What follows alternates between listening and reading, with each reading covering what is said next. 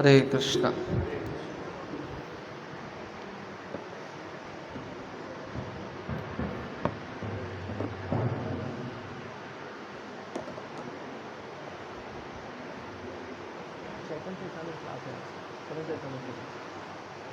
हरे कृष्णा।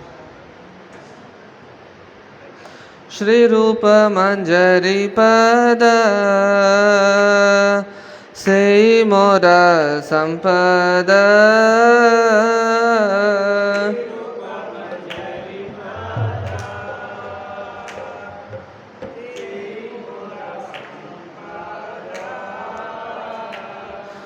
से मोर भजन पूजन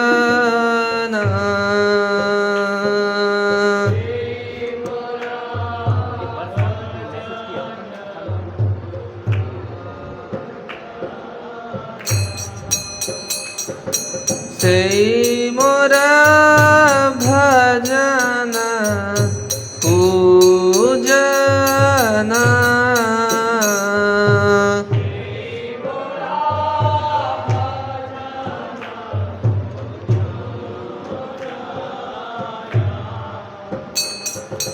से मोर प्राण धन से मोर आभरण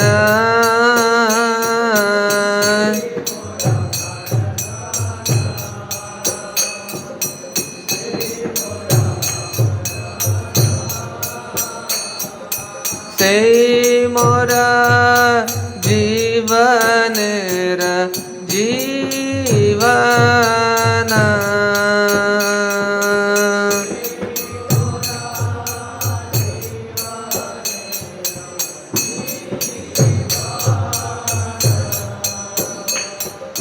से मोर जीवनेर जीवन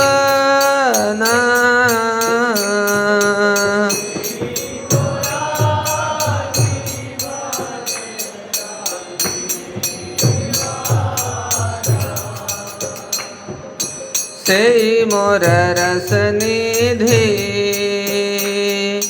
से मोर वांछा सिद्धि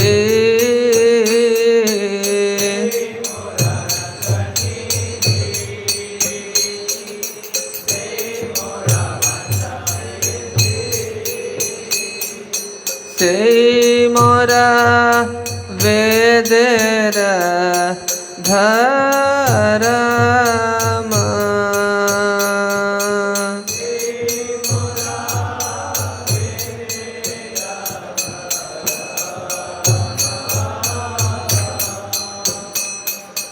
से व्रत से तप से मोर मंत्र जप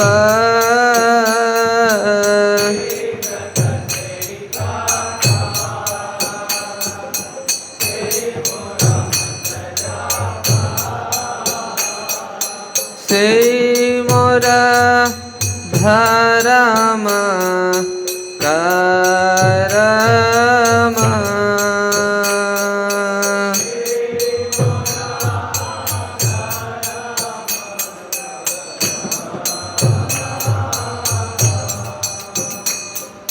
से मोरा धर्म करम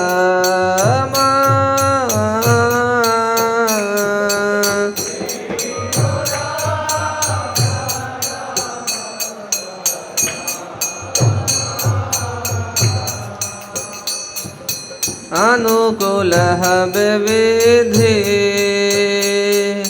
से पद हईब सिद्धि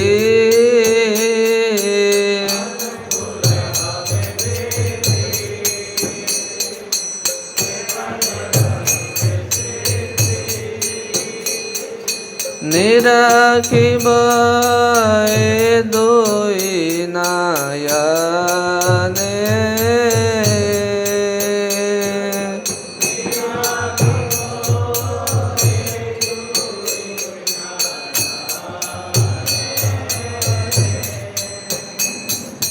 से रूप माधुरी राशि प्राण कुवलय शशि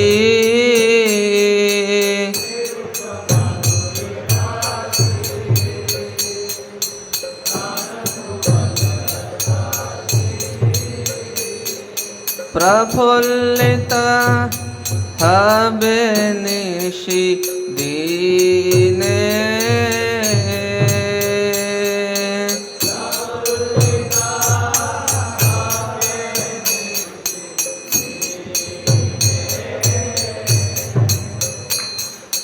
प्रफुल्लित हबे निशि दीने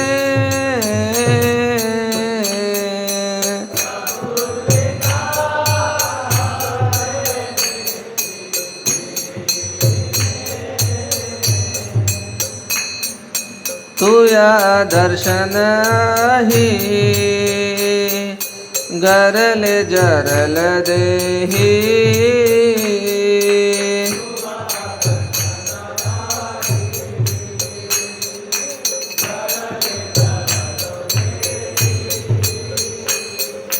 चिरदिना तापित जीवन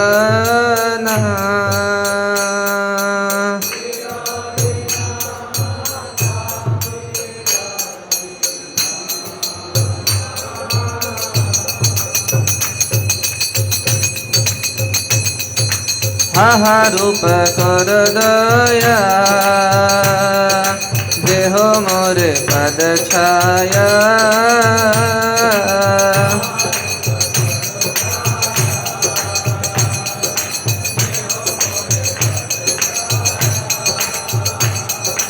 नरोत्तमा लोहिलो शरण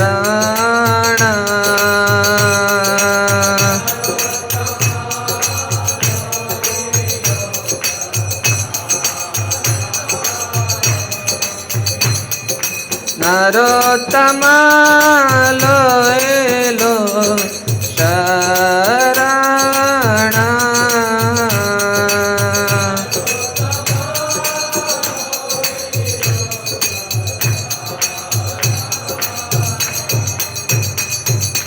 हरे कृष्णा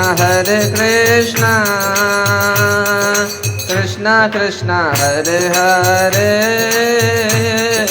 हरे राम राम राम हरे हरे।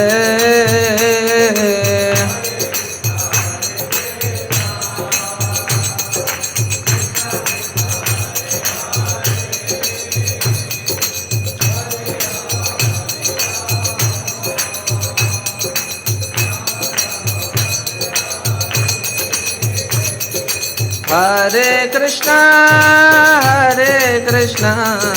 कृष्णा कृष्णा हरे हरे, हरे राम राम राम हरे हरे।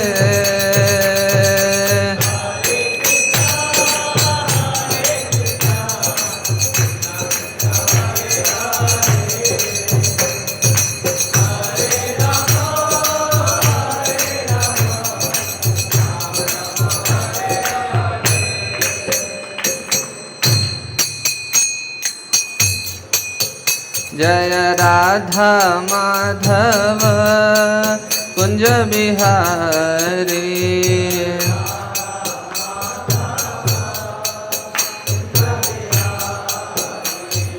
गोपी जन वल्लभ गिरिवरधारी,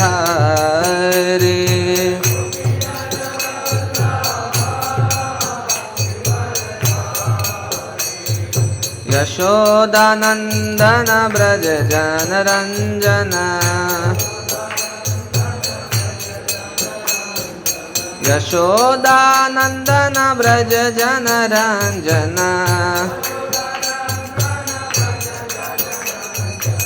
यमुना तीर वनचारी,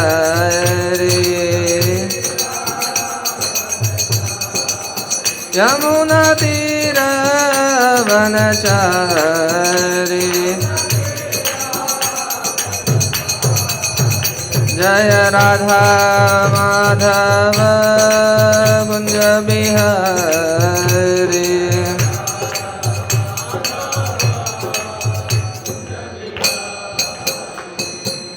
जय श्री राधा माधव भगवान की, जय श्री प्रभुपाद की। ओम अज्ञानतिमिरान्धस्य ज्ञानाञ्जनशलाकया चक्षुरुन्मिलितं येन तस्मै श्रीगुरवे नमः। श्रीचैतन्यमनोभीष्टं स्थापितं येन भूतले स्वयं रूप कदा मह्यं ददाति स्वपदान्तिकं। वन्देऽहं श्रीगुरो श्रीयुतापदकमलं श्रीगुरून् वैष्णवांश्च श्रीरूपं साग्रजातां सहगणा रघुनाथान्वितं तं सजीवं साद्वैतं सावधूतं परिजना सहितं कृष्णचैतन्यदेवं श्रीराधा कृष्णपादान् सहगणा ललिता श्रीविशाखान्वितांश्च। नमो विष्णुपादाय कृष्णप्रेष्ठाय भूतले श्रीमते भक्तिवेदान्तस्वामिनिति नामिने। नमस्ते सारस्वते देवे गौरवाणी प्रचारिणे निर्विशेष शून्यवादी पाश्चात्यदेशतारिणे। नमो महावदन्याय कृष्ण प्रेम प्रदायते कृष्णाय कृष्ण चैतन्य नामने गौरत्विषे नमः। हे कृष्ण करुणा सिंधो दीनबंधो जगत्पते गोपेश गोपिका कांता राधा कांता नमोस्तुते। तप्त कांचन गौरांगी राधे वृंदावनेश्वरी वृषभानुसुते देवी प्रणमामि हरिप्रिये। वाञ्छाकल्पतरुभ्यश्च कृपा सिन्धुभ्येव च पतितानां पावनेभ्यो वैष्णवेभ्यो नमो नमः। जय श्री कृष्ण चैतन्य प्रभु नित्यानंद श्री अद्वैत गदाधर श्रीवासादि गौर भक्तवृंद। हरे कृष्ण कृष्ण कृष्ण हरे हरे, हरे राम राम राम हरे हरे। हरे कृष्ण। उपस्थित सारे वैष्णव का आशीर्वाद चाहूँगा, विशेषकर श्रीमान वंशीवर्धन प्रभु का, जिससे कि आज के इस पावन उपलक्ष्य पर और आज के इस ग्रंथ चैतन्य चरितामृत पर कुछ चर्चा कर सकूँ। तो आज बहुत ही पावन तिथि है, श्रावण मास की कृष्ण पक्ष की जो द्वादशी है। इस दिन हमारे दो आचार्य, बहुत मुख्य आचार्य को तिरोभाव दिवस, श्रीमान श्रील रूप गोस्वामी पाद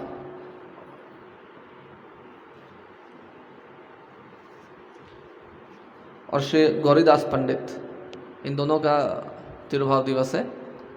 तो पहले हम इनके जीवनी के बारे में संक्षिप्त में चर्चा करेंगे, फिर जो समय बचता है उसके बाद हम उस पर चैतन्य चरितामृत का जो आज का प्यार है उस पर चर्चा करेंगे। तो गौरीदास पंडित ये रहने वाले थे अंबिका कालना के।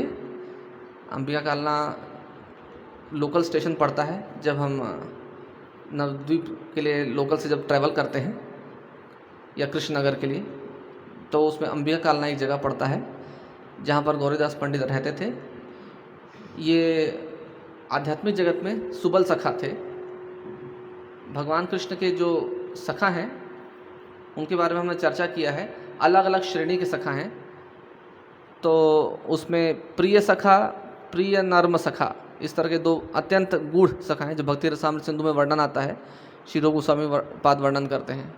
तो उनके प्रिय नर्म सखा जो उनके सबसे अधिक प्रिय सखा, उसमें से हैं सुबल, भगवान कृष्ण के, जो भगवान कृष्ण की सारी बातों को जानते हैं, उनके हृदय को तुरंत समझ सकते हैं और उसके अनुसार वो सारे कार्यकलाप करते हैं। श्रीदामा उनके प्रिय सखा में आते हैं और प्रिय नर्म सखा में आते हैं सुबल, जो कि उनके अत्यंत निकृष्ट हैं, अत्यंत निकृष्ट नहीं कहना चाहिए, घनिष्ठ हैं कृष्ण के। तो उस श्रेणी में आते हैं गौरीदास पंडित। तो जब कृष्ण आए तो सुबल सखा भी आए और गौरीदास पंडित अंबिका कालना में रहते थे। और जब गौर निताई उनके पास आए एक बार भोजन करने के लिए, तो उसके बाद उन्होंने कहा कि अब आपको हमको जाने नहीं देंगे। तो बोले कि ऐसा तो मत करिए, हमको बहुत सारे और कार्य हैं, जाने दीजिए, और हम युग धर्म का प्रचार करना है, हमको हरिनाम संकीर्तन का। तो बोले नहीं, ये सब मेरे सामने नहीं चलेगा, आपको जाने नहीं देंगे। तो उस समय गौर निताई ने अपने विग्रह बनाए, स्वयं अपने हाथ से अपने विग्रह बना करके दिया गौरीदास पंडित को और बोला कि इनको रखो, ये हमसे अभिन्न है। अपने प्राण उनमें फूके, उनके शरीर से वो विग्रह निकले थे और बोले हमसे अभिन्न है, आप इनकी पूजा करिए, हम जाते हैं। तो बोले नहीं नहीं नहीं, इनको भी रखेंगे, आपको भी रखेंगे। तो फिर उन्होंने कहा ठीक है, हम दोनों रुक जाते हैं। तो फिर गौर निताई विग्रह बन गए और ये विग्रह जो थे वो लोग चलने लग गए। तो उनको लगे तो कुछ गलत हो गया, उनको पकड़ा, नहीं नहीं नहीं आप नहीं जा सकते। तो ऐसा 2-3 बार होता रहा। विग्रह एक बार स्वयं साक्षात भगवान हो जाते, फिर विग्रह साक्षात भगवान ही हैं, परंतु विग्रह में के रूप में जब भगवान आते हैं तो एक अलग कार्य से आते हैं, भक्तों से सेवा लेने के लिए। अपने लिए एक ही लीला करते हैं, सेवा लेना। सारे भक्तों से एक साथ सेवा ले सकते हैं, उनकी प्रार्थना स्वीकार कर सकते हैं विग्रह। तो उस रूप में भगवान परिवर्तित हो जाते थे विग्रह के रूप में, फिर स्वयं साक्षात विग्रह। इस तरह से बार बार होता रहा। तो उनको समझ में आ गया कि हमको भगवान है जो विग्रह है उनसे अभिन्न है, इसलिए हमको ज़्यादा जिद नहीं करना चाहिए। फिर अंबिका कालना में वो जगह पे अब आज भी गौर निताई के विग्रह स्थापित हैं, जहाँ नियमित रूप से उनको भोग लगता है। और बार बार पर्दा वहाँ पर भी, जैसे बांके बिहारी जी में वृंदावन में पर्दा बार बार बंद होता है, उसी तरह वहाँ पर भी बार बार पर्दा बंद होता है। नहीं तो फिर उनका कहना है कि गौर निताई चले जाएंगे। तो ये थे सुबल सखा गौरीदास पंडित। आज रूप गोस्वामी का भी तिरुभाव दिवस है। रूप गोस्वामी हमारे गौड़ी परंपरा में एक बहुत ही मुख्य आचार्य रहे हैं। हमारी जो मुख्य वंशावली पूरी है गौड़ी परंपरा की, मुख्य रूप गोस्वामी से भी आती है।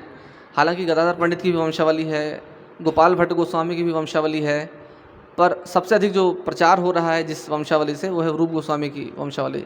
और हम सब भी रूपानुग कहलाते हैं। तो विशेष करके हमारे लिए आज का जो दिवस है वो समझ जाइए हमारे संप्रदाय के ऑलमोस्ट, जब प्रभुपाद जी कहते थे कि भक्ति रसामृत सिंधु में उन्होंने कहा है कि जो कृष्णा कॉन्शियसनेस मूवमेंट बढ़ रहा है, फैल रहा है, ये रूप गोस्वामी की अध्यक्षता में हो रहा है, उनके दिशा निर्देशन में हो रहा है। रूप गोस्वामी का बहुत महत्वपूर्ण योगदान है हमारे संप्रदाय में। साधारण जगत के लिए वो एक कवि हैं, एक महान कवि। अभी हम कुछ दिन पहले एक बहुत बड़े IAS ऑफिसर से मिले, तो उन्होंने संस्कृत में पीएचडी किया, संस्कृत में ही यूपीएससी क्लियर किया था। तो वो हमको बता रहे थे कि चूँकि आप लोग चैतन्य महाप्रभु वाले हैं तो आपको बताते हैं हमने जब संस्कृत साहित्य में पीएचडी कर रहे थे तब हम कुछ लेखों को पढ़ रहे थे पीएचडी के दौरान। तो ये जो अलग अलग प्रकार के जो 9 रस हैं उसमें हमेशा मतभेद रहा है कि भक्ति एक आध्यात्मिक रस है या फिर भौतिक रस है। जैसे अन्य रस हैं, अनेक अनेक विद्वानों ने अनेक अनेक मत प्रस्तुत किए हैं कि भक्ति एक रस है भी या नहीं, ये भी प्रस्तुत किए हैं। तो आप एक आचार्य हैं रूप गोस्वामी, उन्होंने ग्रंथ लिखा है भक्ति रसामृत सिंधु। उसमें उन्होंने सुव्यवस्थित रूप से और बहुत सटीक रूप से स्थापित कर दिया कि भक्ति एक आध्यात्मिक रस है जो सारे जीवात्माओं में मौजूद हो सकता है, वो उसका आस्वादन कर सकते हैं। तो और उसमें उन्होंने पीएचडी किया है। तो ये बहुत हम और शंकर शिंताय प्रभु हम दोनों थे साथ में, हमको बहुत आनंद हुआ। फिर हमने कहा कि प्रभुपाद जी ने भी उसके ऊपर एक पुस्तक लिखा है भक्ति रसामृत सिंधु के ऊपर, वो हम आपको भेंट करेंगे। तो उनके पास रूप गोस्वामी की भक्ति रसामृत सिंधु थी जिसको उन्होंने पढ़ा था। उसी तरह और कुछ दिन पहले मैं एक बहुत बड़े विद्वान से मिला था, भारत के नामी गिरामी विद्वान। तो उनके पास जब मैं गया बातचीत किया तो मुझे बहुत डांट रहे थे कि आप पढ़ाई नहीं करते, आप लोग जो अच्छी तरह से अन्वय है वो नहीं कर पाते, विश्लेषण नहीं कर पाते। तो मैंने कहा कि मैं चाहता हूँ ग्रंथ पढ़ना, तो कौन से ग्रंथ पढ़ोगे बताओ। तो मैंने कहा रूप गोस्वामी की भक्ति रसामृत सिंधु, जीव गोस्वामी के षट संदर्भ। इनको सुनने के बाद वो जो विद्वान हैं शांत हो गए, उनका जो आवेग था मेरे प्रति पूरा शांत हो गया। उनके पास भी रूप गोस्वामी की उज्ज्वल नीलमणि पुस्तक थी और कहते थे इतनी सटीक इसमें भक्ति की व्याख्या लिखा हुआ है उन्होंने, और भगवान का नायक रूप में उसको स्थापित किया है, अन्य सबको प्रकृति के रूप में स्थापित किया है, और बहुत सटीक रूप से भगवान और भक्त के बीच का संबंध अच्छी तरह से स्थापित किया उन्होंने। तो ये उनके जो कविताओं में खासियत है, हालांकि अधिकतर कवि जो कविताएं लिखते हैं उसमें भावनाएं निकल करके आती हैं, इनकी भावनाएं जो हैं वो केवल भावनाएं नहीं हैं, शास्त्रगत भावनाएं हैं, जो कि स्वाभाविक एक जीवात्मा का स्वभाव है परमात्मा के प्रति, वो बहुत अच्छी तरह से इनके लेखों में निकल करके आता है, रूप गोस्वामी के लेखों में। बाद में जीव गोस्वामी के जो लेख हैं अधिकतर तात्विक हैं, और रूप गोस्वामी के लेख एक लघु भागवतामृत को छोड़ करके अधिकतर लेख जो उनके रस से भरे हुए हैं। भक्ति रसामृत सिंधु, उपदेशामृत, उज्ज्वल नीलमणि, फिर विदग्ध माधव, ललित माधव, फिर एक उन्होंने लिखा है जन्माष्टमी के ऊपर पुस्तक लिखा है कि जन्माष्टमी का विधि का कैसे पालन करें, कैसे दिन भर पूजा करनी चाहिए अलग अलग क्षण में जन्माष्टमी में। ऐसे बहुत सारा नियमावली उन्होंने लिखा है, पुस्तक बहुत तरह की पुस्तकें लिखी हैं। तो ये उनका बहुत बड़ा योगदान है हमारे संप्रदाय के लिए। जो चैतन्य महाप्रभु ने उनको जो अलग अलग आदेश दिए, 6 गोस्वामियों को सबको आदेश दिए थे, पर मुख्यतः रूप गोस्वामी को 4 आदेश दिए थे। एक तो मंदिर बनाना, अर्च विग्रह की स्थापना करना, उनका पूजन विधि स्थापित करना, और भक्ति का प्रचार करने के लिए ग्रंथ लेखन करना। तो सब उन्होंने सटीक रूप से किया रूप गोस्वामी ने, और इतना अच्छे रूप से कि हमारा आने वाले 10,000 वर्षों के लिए, चैतन्य महाप्रभु के बाद आने वाले 10,000 वर्षों के लिए जो पूरा हमारा जो आधारशिला है हमारे संस्था का, हमारे पूरे सोसाइटी का, वैसे ग्रंथ हमको दिए उन्होंने, जिससे कि हमको संदेह ना रह जाए कि भक्ति क्या है, भक्ति क्या नहीं है। वृंदावन के भी एक गोस्वामी ने कहा था कुछ दिनों पहले, कुछ सालों पहले, कि यदि रूप गोस्वामी भक्ति रसामृत सिंधु ग्रंथ नहीं लिखते तो हर वैष्णव जो है वृंदावन में अपने अंदाज से भक्ति कर रहा होता, किसी को समझ में नहीं आता कि भक्ति असल में है क्या और क्या नहीं है। उसमें उन्होंने भक्ति आभास और भक्ति को बहुत अच्छी तरह से समझाया है कि कैसे भक्ति के बिना भी कभी कभी लक्षण आ सकते हैं, अष्ट सात्विक विकार में से कोई भी एक विकार आ सकता है, परंतु विकार आना मतलब भक्ति है ऐसा आवश्यक नहीं है, परंतु भक्ति है इसलिए विकार, वो अष्ट सात्विक विकार में से कुछ विकार आते हैं, तो कैसे उसको और अच्छी तरह समझाया जाए, पढ़ा जाए, वो बहुत अच्छी तरह से उन्होंने स्थापित किया है। और चूँकि हमारे अभिधेय आचार्य हैं तो हमको क्या करना चाहिए डे टू डे लाइफ में भक्ति को पालन करने के लिए, वो भी उन्होंने हमको 64 अंगों के माध्यम से दिया है और पूरा विधि विधान दिया है। पूरी दिनचर्या दी हुई है, यदि हम अच्छी तरह से पालन करें तो, जिससे कि हमारा जो गोलोक धाम का जो टिकट है बिल्कुल फिक्स हो जाता है, निश्चित हो जाता है उनके दिशा निर्देशों का पालन करते हुए। और इन्होंने ही चैतन्य महाप्रभु का जो प्रणाति मंत्र है वो लिखा था, नमो महावदान्याय कृष्ण प्रेम प्रदायते कृष्णाय कृष्ण चैतन्य नामने गौरतुष्य नमः। ये जो ग्रंथ, ये जो उनका प्रणाति मंत्र लिखने के पीछे का ये किस्सा हम सब ने सुना होगा, पर फिर भी एक बार वापस सुन लेते हैं क्योंकि बहुत अच्छा और बहुत प्रेरणात्मक है।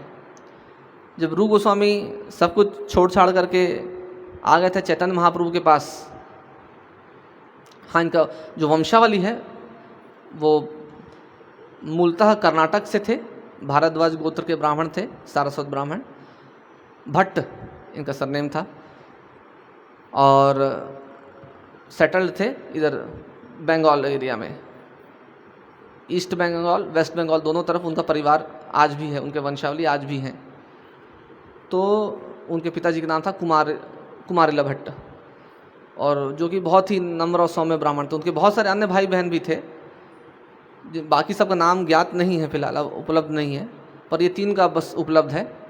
संतोष भट्ट जो कि थे रूप गोस्वामी, अमर भट्ट जो कि थे सनातन गोस्वामी, और वल्लभ भट्ट जो कि बाद में अनुपम हुए, अनुपम नाम से प्रसिद्ध हुए जो, और उनके पुत्र थे जीव गोस्वामी। तो जब चैतन्य महाप्रभु रथ यात्रा में जब कीर्तन कर रहे थे, और उस रथ यात्रा के कीर्तन के समय चैतन्य महाप्रभु ने कुछ पंक्तियां गाई, बहुत सुंदर पंक्तियां हैं, परंतु उन पंक्तियों को कोई समझ नहीं पाया सारे अनुयायियों में कि चैतन्य महाप्रभु क्या गा रहे हैं। अब चूंकि भगवान है तो कोई उनसे पूछा नहीं क्या है कैसा है, उनका जो मनोभाव है उसको उसमें कोई विघ्न नहीं डालना चाहता था। पर केवल दो व्यक्ति हैं जो समझ पाए उनको, स्वरूप दामोदर गोस्वामी और रूप गोस्वामी। तो स्वरूप दामोदर गोस्वामी ने बाद में उन पंक्तियों पर अपनी टिप्पणी लिखी, और टिप्पणी लिख करके अपने घर में थे। वे जगन्नाथ जी के दर्शन करने नहीं जाते थे क्योंकि उनको लगता था कि मैं म्लेच्छ हो गया हूँ, इसलिए मैं जगन्नाथ जी के दर्शन का अधिकारी नहीं। उनको जगन्नाथपुरी के पंडा भी रोक देते थे, अब आप म्लेच्छ हो गए हैं तो आपको मंदिर में प्रवेश वर्जित है। तो हरिदास ठाकुर के साथ रहते थे, तो उन्होंने जब लेख लिखे थे तो एक बार लिख करके वो गए थे, और अपने घर की छत में कुछ ताल पत्र उन्होंने रख दिया था जिसमें लिखा हुआ था। तो जब चैतन्य महाप्रभु आए, उन्होंने देखा इनके लेख पढ़े, तो सबसे पहले तो उनको उनका जो लिखाई था वो बहुत अच्छा लगा।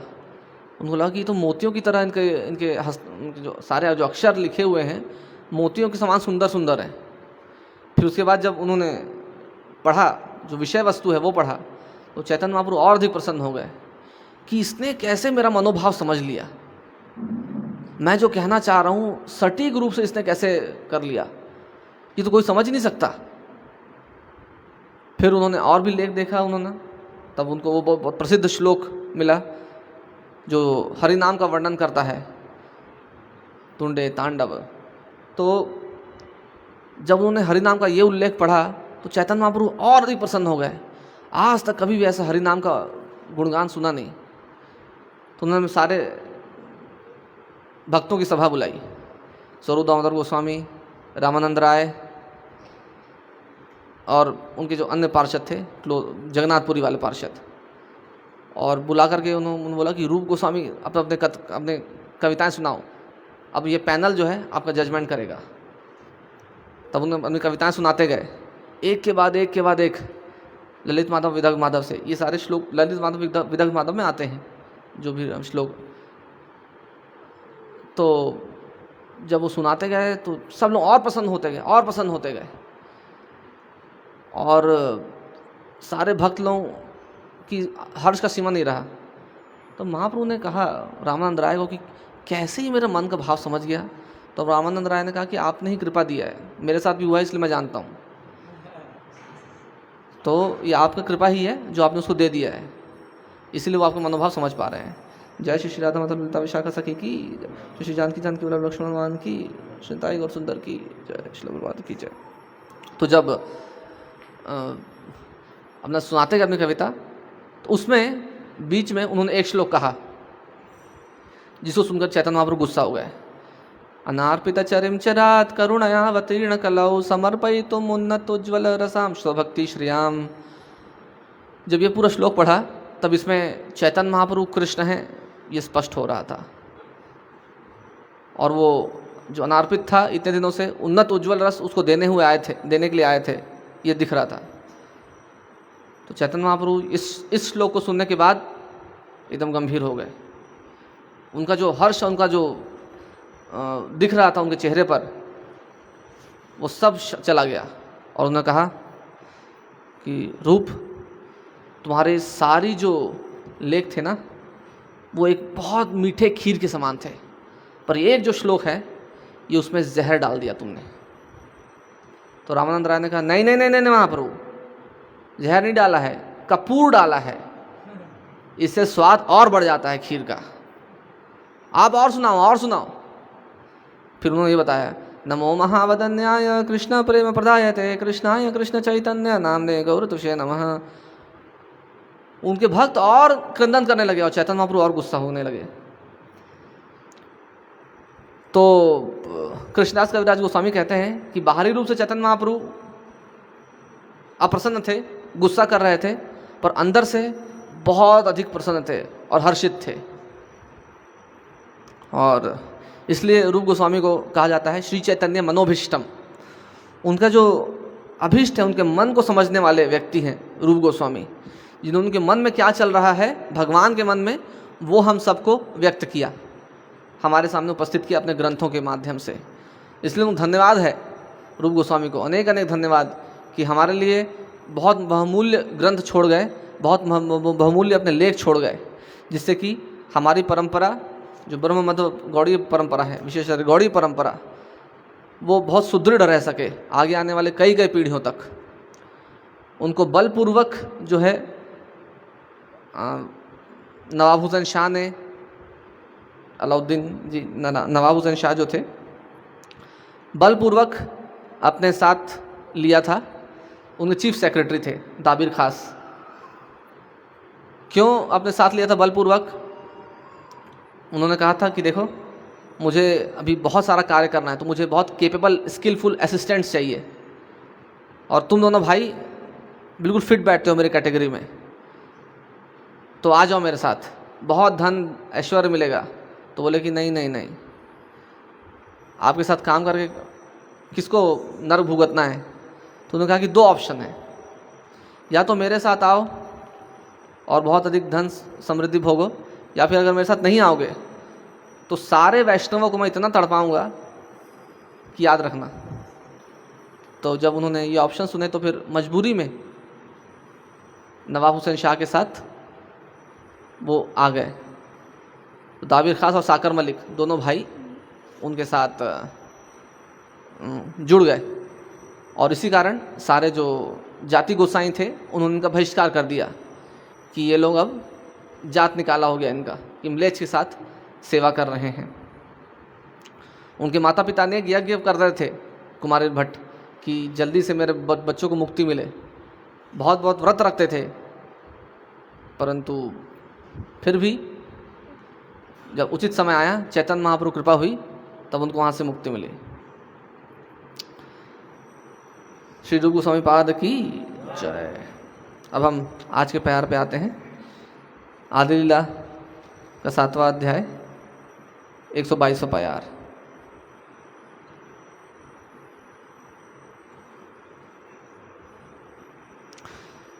उनका एक और योगदान था रूप गोस्वामी का कि एक उचित शिष्य दिया जीव गोस्वामी, जिन्होंने आगे उनके लेखों को और बढ़ाया और बहुत अच्छी तरह से समझाया। फिर जीव गोस्वामी ने, फिर नरोत्तम दास ठाकुर, इस तरह से हमारी परंपरा आगे बढ़ती गई। तो बहुत महत्वपूर्ण योगदान दिया है उन्होंने।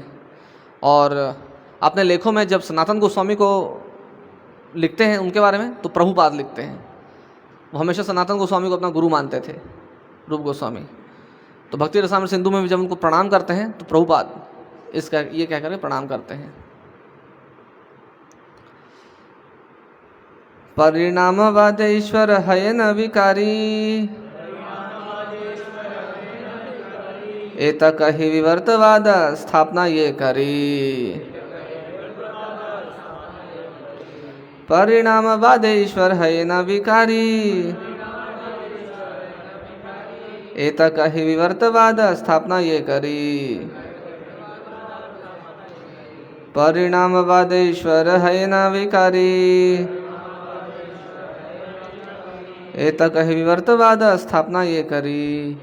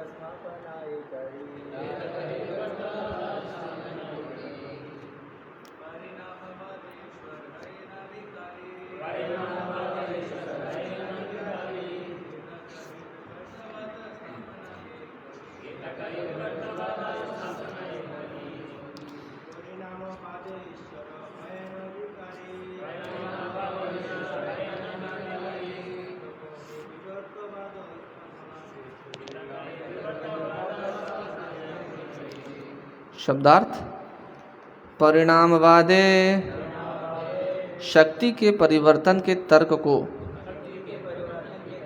स्वीकार करके ईश्वर ईश्वर है न हो जाते हैं, विकारी विकारी परिवर्तित, एतक ही ऐसा कह के, विवर्त भ्रम माया, वाद तर्क सिद्धांत,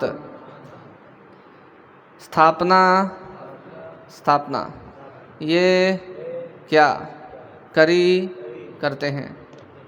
अनुवाद: शंकराचार्य के अनुसार भगवान की शक्ति के रूपांतर विकार के सिद्धांत को स्वीकार कर लेने से अप्रत्यक्ष रीति से परम सत्य के रूपांतरित होने का भ्रम उत्पन्न होता है।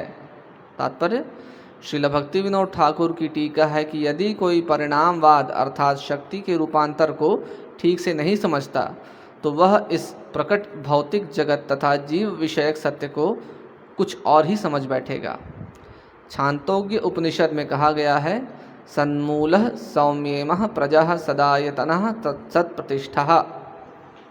भौतिक जगत तथा जीव पृथक पृथक हैं और वे शाश्वत सत्य हैं, मिथ्या नहीं हैं। किंतु शंकराचार्य ने व्यर्थ ही इस डर से कि परिणामवाद से ब्रह्म रूपांतरित हो जाएंगे, यह मान लिया कि भौतिक जगत तथा जीव दोनों ही मिथ्या हैं, उनका कोई व्यक्तित्व नहीं है। उन्होंने वाग्जाल द्वारा यह सिद्ध करने का प्रयास किया है कि जीवों तथा भौतिक जगत की व्यक्तिगत पहचान भ्रामक है, और उन्होंने रज्जु को सर्प मानने तथा सीपी को सोना समझने के दृष्टांत दिए हैं। इस तरह उन्होंने अत्यंत घृणित ढंग से सामान्य लोगों को ठगा है।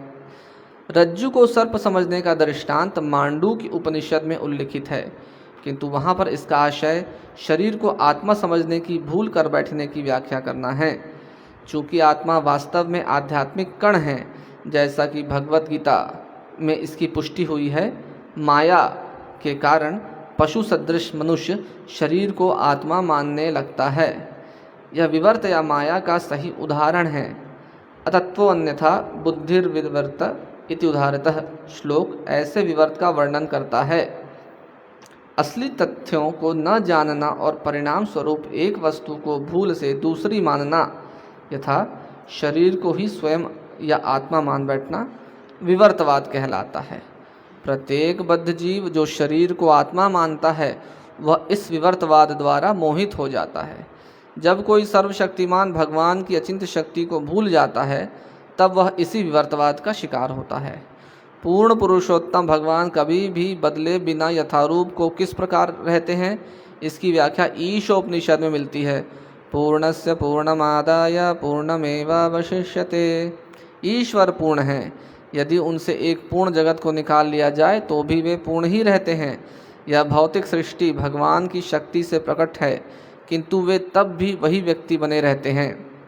उनका रूप, परिकर, गुण इत्यादि कभी क्षीण नहीं होते। श्री अजीव गोस्वामी ने अपने परमात्मा संदर्भ ग्रंथ में विवर्तवाद की टीका इस प्रकार लिखते हैं। विवर्तवाद के प्रभाव में आकर मनुष्य पृथक हस्तियों को अर्थात प्रकट जगत तथा जीवों को ब्रह्म से एकाकार मान बैठता है। ऐसा वास्तविक तथ्य के प्रति पूर्ण अनभिज्ञता के कारण होता है। परम सत्य या परम ब्रह्म सर्वदा एक और अपरिवर्तनीय रहते हैं, जो अस्तित्व की अन्य सारी धारणाओं से पूर्णतया मुक्त रहते हैं।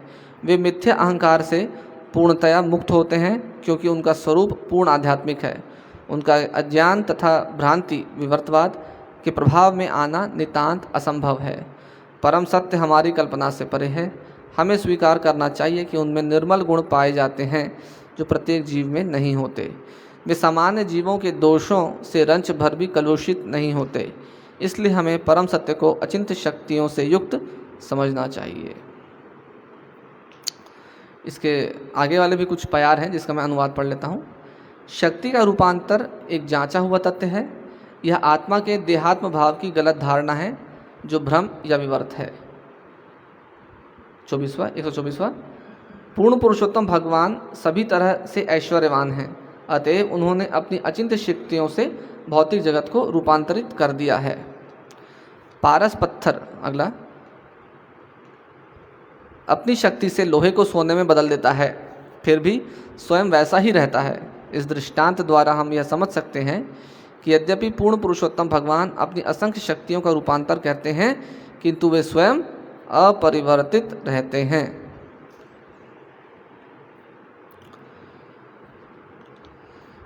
तो वही जो चर्चा है परिणामवाद और विवर्तवाद, वो यहाँ पर चैतन्य महाप्रभु और अच्छी तरह समझा रहे हैं कि यदि इस भौतिक जगत में भी ऐसा वस्तु मिलता है, पारस पत्थर, अब आजकल तो पारस पत्थर भी नहीं मिलता, पर उस समय मिलता रहा होगा। सनातन गोस्वामी के पास था, हमने सुना था।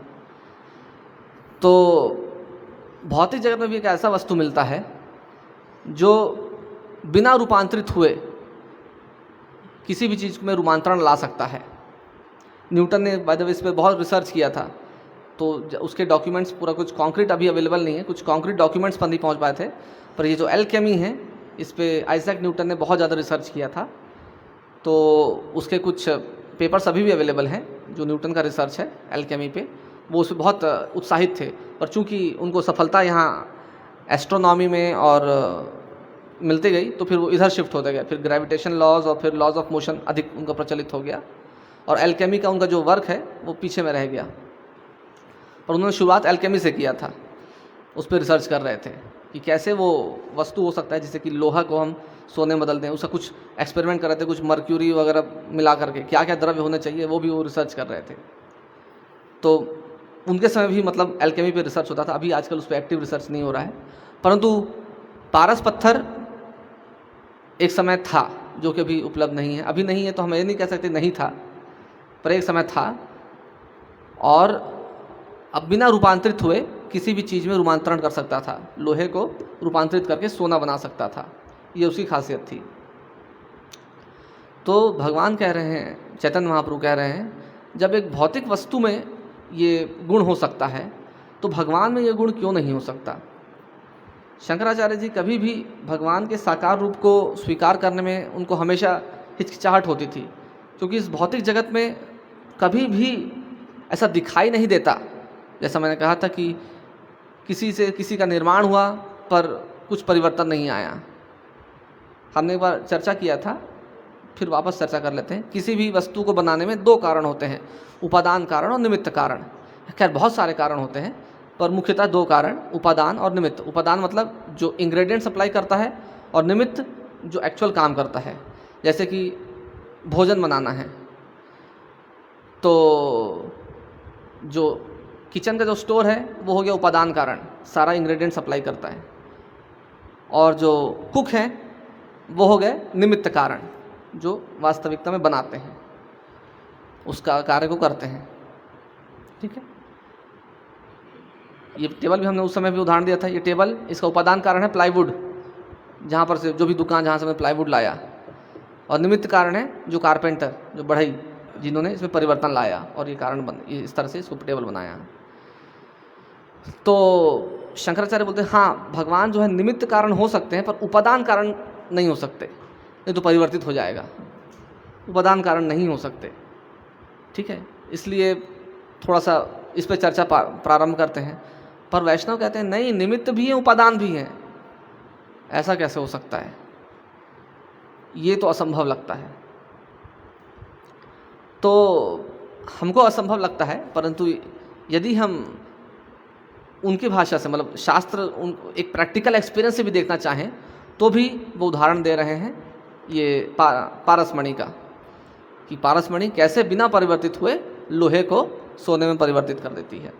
अब चूँकि हम लोगों को अनुभव नहीं है पारसमणि का, तो हम लोग आज के 21st सेंचुरी के हिसाब से थोड़ा समझने का प्रयास करते हैं। मान लो कोई बिजनेसमैन है, एक सक्सेसफुल बिजनेसमैन, वो अपना कोई नया बिजनेस यूनिट कहीं डालना चाहता है, कोई नई फैक्ट्री या नया ऑफिस किसी भी तरह से। तो वो क्या करता है, अपने एमडी के साथ बैठता है और सीईओ के साथ मीटिंग लेता है और कहता है कि इस नए शहर में हमारा ऑफिस आना है और एक फैक्ट्री लगनी है, तो चालू करवा दो। तो उनके जो एमडीज और सीईओज हैं वो सब प्लानिंग लाते हैं, ऐसा होना चाहिए, ऐसा होना चाहिए, ऐसा होगा, ठीक है। इनको भेजते हैं अप्रूवल के लिए, ये अप्रूव करते हैं, हाँ, यस, नो, कुछ सजेशन, यस। और फिर उसके बाद जो है उनका जो बैंक बैलेंस है उससे थोड़ा पैसा कम होता है और किसी और के बैंक बैलेंस शिफ्ट होता है, और फिर सीमेंट या फिर कुछ होर्डिंग्स, मिट्टी, ईंटें आते हैं और धीरे धीरे बिल्डिंग, स्ट्रक्चर, फैक्ट्री या जो भी है खड़ा हो जाता है। तो इसमें जो बिजनेसमैन है, मेन बिजनेसमैन, उसमें कोई परिवर्तन नहीं आया, उसका वेट, हाइट, रंग, रूप सब ऐसा का वैसा ही रहा। परंतु परिवर्तन किसमें आया? उसकी शक्तियों में। एक जो बैंक बैलेंस वाली शक्ति थी मनी के रूप में, वो परिवर्तित हो गई इंफ्रास्ट्रक्चर के रूप में। बीच में बहुत सारे इंटरमीडिएट स्ट्रक्चर, मतलब फेजेस थे, पर इस तरह से मोटा मोटी हम देखेंगे एक रूप से दूसरे रूप में रूपांतरित होना, इसको बोलते हैं सिंपल में शक्ति परिणामवाद। तो वो व्यक्ति इससे अछूता आ रहा है। दूसरा और उदाहरण हम समझ सकते हैं, मकड़ी, एक छोटा सा कीड़ा, ठीक है। जब वो जाला बनाता है मकड़ी, तो उसके अंदर से ही जाले का सामान निकलता है और पूरा जाला वो खुद ही बनाता है। पर मकड़ी वैसा ही रहता है, जैसा है वैसे का वैसा, कोई परिवर्तन नहीं आया उसमें। और जब समेटना होता है तो जाले को वापस समेट भी लेता है और वापस वैसे का वैसा, जैसा मकड़ी था वैसा ही रहता है, कोई परिवर्तन नहीं आया, ठीक है। तो इस भौतिक संसार में भी हम शक्ति परिणामवाद के उदाहरण देखते हैं जो प्रैक्टिकली पॉसिबल है। ये जो उदाहरण है ये हमारे आचार्यगण देते हैं, और इसको अच्छी तरह से स्थापित करने के लिए, ये तो उदाहरण हो गए, और हर उदाहरण में कुछ ना कुछ लिमिटेशन होता है, परंतु शास्त्र के तथ्यों को अपने जीवन में समझने के लिए हम उदाहरण के माध्यम से समझते हैं।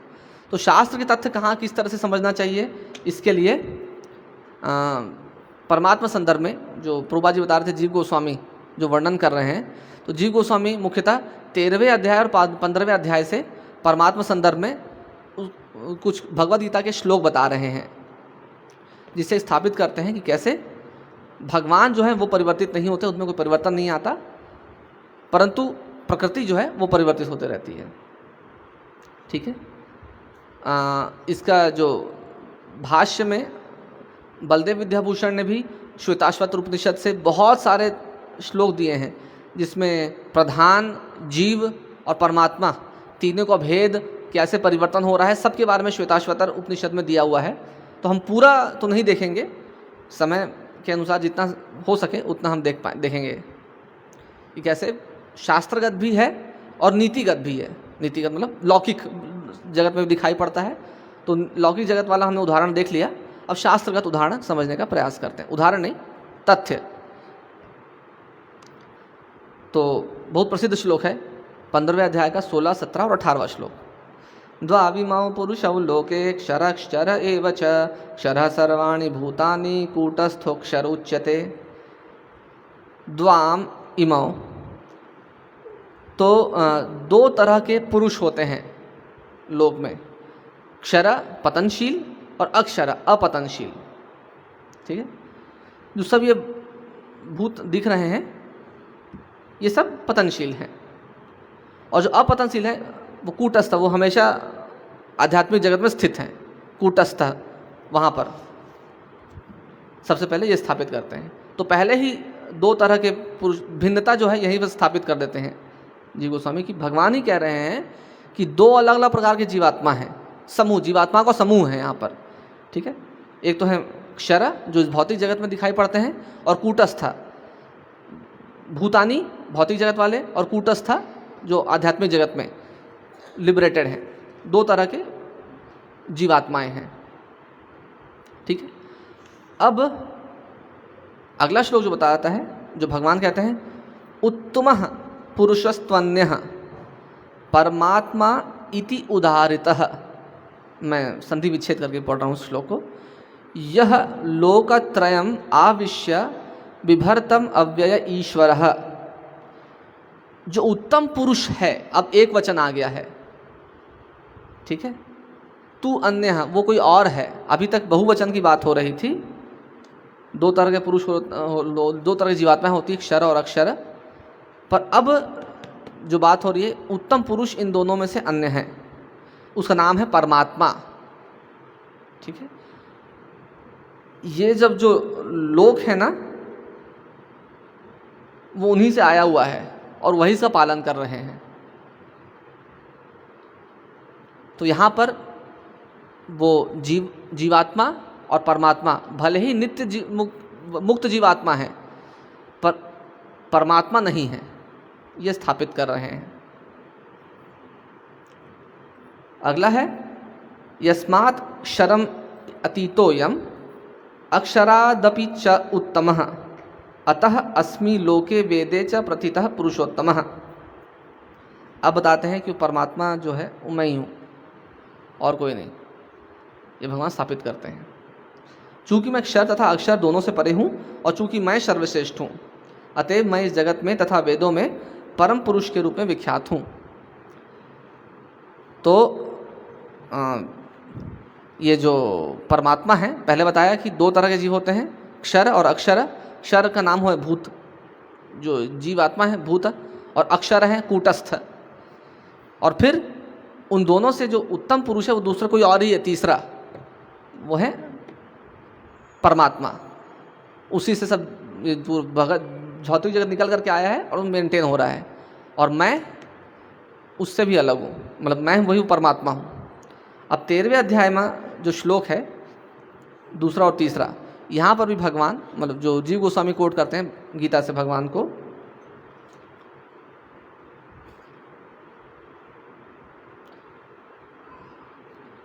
इदं शरीरं कौन्तेय क्षेत्रम इत्यभिधीयते एतद्यो वेत्ति तं प्राहुः क्षेत्रज्ञ इति तद्विदः। यह शरीर क्षेत्र कहलाता है, और इस क्षेत्र को जानने वाला क्षेत्रज्ञ है। पहले क्षेत्र और क्षेत्रज्ञ। ठीक है, अब जीवात्मा और प्रकृति में भेद बता रहे हैं। ठीक है, दोनों अलग हैं। पहले परमात्मा जीवात्मा का हो गया, अब प्रकृति और जीवात्मा में जो भेद है वो बता रहे हैं। ठीक है, और तीसरा श्लोक है क्षेत्रज्ञं तापि मां विद्धि सर्वक्षेत्रेषु भारतः क्षेत्र क्षेत्रज्ञयोर्ज्ञानं यज्ञानं मतं मम। हे भरतवंशी, तुम्हें ज्ञात होना चाहिए कि मैं सभी शरीरों में ज्ञाता भी हूँ, और इस शरीर तथा उनके ज्ञाता को जान लेना ज्ञान कहलाता है। ऐसा मेरा मत है। तो क्षेत्र और क्षेत्रज्ञ दोनों को जानना ज्ञान कहलाता है, क्षेत्र को भी और क्षेत्र को भी। तो दोनों में अंतर कर रहे हैं भगवान यहाँ पर। तो प्रकृति, ये जो शरीर है उसके अंदर है जीवात्मा, इसको भी भगवान यहाँ स्थापित कर रहे हैं। बलदेव विद्याभूषण इसी बात को स्थापित करने के लिए बहुत सारे श्लोक बताते हैं श्वेताश्वतर उपनिषद से, जिसका प्रभुपाद भी यहाँ पर उन श्लोकों कुछ पार्ट प्रभुपाद भी यहाँ पर बता रहे हैं। जो ये है श्वेताश्वतर उपनिषद का पहले अध्याय का 12वां श्लोक, भोक्ता भोग्यम प्रेरितारम चमत्वा सर्वम प्रोक्तम त्रिविधम ब्रह्मम एतत्। ठीक है, तो इसका अर्थ है प्रकृति कर्म क्षेत्र के रूप में ब्रह्म है तथा जीव भी ब्रह्म है, जो भौतिक प्रकृति को अपने नियंत्रण में रखने का प्रयत्न करता है, और इन दोनों का नियामक भी ब्रह्म है, लेकिन वास्तविक नियामक वही है। ठीक है, तो ये जो श्वेताश्वतर उपनिषद कहता है कि प्रकृति भी ब्रह्म है, जीव भी ब्रह्म है, पर वास्तविक ब्रह्म कोई और है जो दोनों को नियंत्रित करता है। ठीक है, भले ही ब्रह्म ब्रह्म बोला जा रहा है, परंतु डिफ्रेंशिएशन के साथ, जैसा कि हमने पिछली बार भी पढ़ा था, ब्रह्म में भी जो डिसकंटिन्यूटी डिस्पैरिटी वाला जो हमने देखा था पिछले बार के क्लास में, चैतन्य चरितामृत क्लास में, कि ये जो कंटिन्यूस ब्रह्म है इसमें भी गैप्स हैं जो अलग अलग उपनिषदों के माध्यम से देखा था। उस गैप्स में क्या क्या भरे हैं, जीवात्मा भी है, परमात्मा भी है, और प्रकृति भी है, और निर्विशेष ब्रह्म भी है, सबका मिक्सचर, इसको पूरा ब्रह्म कहा जाता है। तो उसी को स्थापित और श्वेताश्वतर उपनिषद कहा जा रहा है कि ये जो यस ब्रह्म है, जीव भी ब्रह्म है, प्रकृति भी, परंतु उन दोनों का नियंत्रण करने वाला कोई दूसरा ही ब्रह्म है। और इसी में अंतिम, शायद वो प्रभुपाद जी कोट ने किया है जो बलदेव विद्याभूषण ने बताया है, अंतिम जो श्लोक जो बलदेव विद्याभूषण बताते हैं वो भी श्वेताश्वतर उपनिषद का, जो कि जीव और प्रकृति में भिन्नता बताता है कि जीव जो है इस प्रकृति को भोगने का प्रयास करते रहता है, और प्रकृति सदैव जीव की इच्छा अनुसार अपने आप को परिवर्तित करते रहती है। ठीक है, तो श्वेताश्वतर उपनिषद के जो ये प्रमाण हैं वो जीव और प्रकृति में भेद बताते हैं, और ये जो गीता का जो 15वां अध्याय का 16, 17 और 18वां श्लोक है वो जीवात्मा और परमात्मा में भेद, पहले की बद्ध जीवात्मा और मुक्त जीवात्मा में भेद, और फिर परमात्मा और जीवात्मा में भेद स्थापित करता है। इस तरह से सिस्टमैटिक रूप से ये समझ में आता है कि किस तरह से प्रकृति, पुरुष और परमात्मा तीनों अलग अलग विषय वस्तु हैं जिनको हमको एक नहीं समझना चाहिए, और इनकी भिन्नता का प्रमाण लौकिक दृष्टि से भी हम देख सकते हैं अचिंत्य भेदाभेद तत्व के द्वारा, कि कैसे उस मकड़ी में परिवर्तन नहीं आता, भले जाला बनाए जाला समेटे। उसी तरह भगवान में परिवर्तन नहीं आता, भले ही पूरा भौतिक जगत उनसे निकले या उनमें समाहित हो जाए। पूर्णमदः पूर्णमिदं पूर्णात् पूर्णमुदच्यते पूर्णस्य पूर्णमादाय पूर्णमेवावशिष्यते। जैसा सब कुछ निकल करके आया फिर भी वो वैसे के वैसे ही रहते हैं। ठीक है, तो इस भौतिक जगत के निमित्त कारण और उपादान कारण दोनों भगवान हैं, परंतु इसे सदैव तटस्थ रहते हैं, इसमें कभी लिप्त नहीं होते। बिना लिप्त हुए भगवान सब कुछ कर लेते हैं। जैसे कि बिजनेसमैन जो है उसके सीईओज, एमडीज, नीचे लेबर्स, कर्मचारी सब मिल करके फैक्ट्री या बिल्डिंग बना देते हैं, परंतु वो कभी स्वयं जाकर के ईंटा नहीं उठाता स्वयं, या स्वयं जाकर के अकाउंट के चेक साइन नहीं करता, उसने बस केवल डायरेक्शंस देता है। वही भगवान कहते हैं मया अध्यक्षेण प्रकृति सूयते सा चराचरम, मेरी अध्यक्षता में प्रकृति और सारे जीव चर ये सब मेरी अध्यक्षता में ही कार्यरत होते हैं। ठीक है, बहुत बहुत धन्यवाद। कोई टिप्पणी किसी की?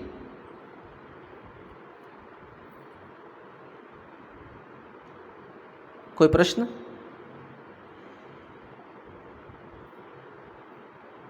ठीक है, तो हम यही समाप्त करते हैं। ग्रंथा श्री चैतन्य चरितामृत की जय, श्रील प्रभुपाद की जय।